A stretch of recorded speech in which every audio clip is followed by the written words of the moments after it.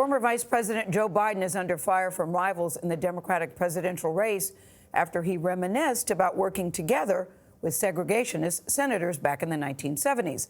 Now this fight has suddenly brought race into the center of this campaign. Ed O'Keefe is on Capitol Hill with more on this story. Boy, Ed, good morning to you. This is happening at a very critical time, it seems.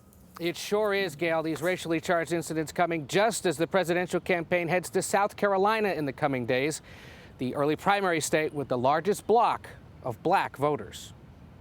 Apologize for what?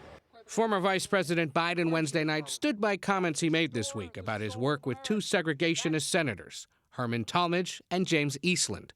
On Tuesday at a fundraiser, he discussed working with them despite disagreements on civil rights, saying, "At least there was some civility.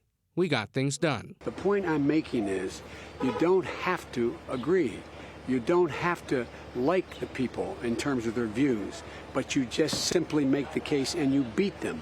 New Jersey Senator Cory Booker, another 2020 challenger, called for an apology. Cory should apologize. He knows better.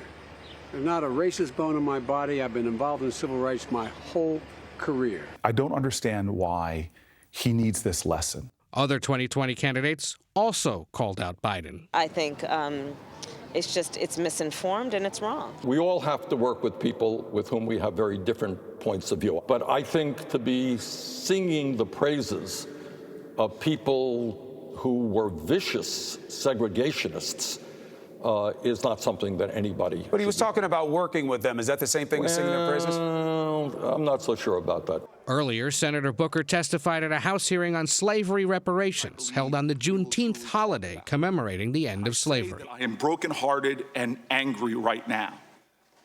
Decades of living in a community where you see how deeply unfair this nation is still to so many people.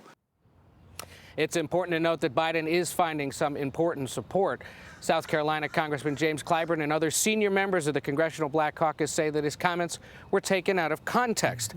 Also important to know that our CBS News Battleground Tracker poll out this week finds Biden has big advantages with black voters over his Democratic rivals. Anthony? Yeah, he's up 45 to 18% over Sanders in our latest Battleground Tracker poll. Ed, Mayor Pete Buttigieg has been absent from the campaign trail this week, dealing with an issue of race in South Bend, Indiana. Ed, what's happened there? Yeah, let's reiterate that. He is the mayor of that Indiana town, and he's facing questions about the troubled relationship between his police department and the African-American community there. He addressed residents yesterday about a shooting on Sunday, a fatal shooting of a black man who prosecutors say was wielding a knife. Critics say he's hidden from the controversy. Supporters say he's been transparent.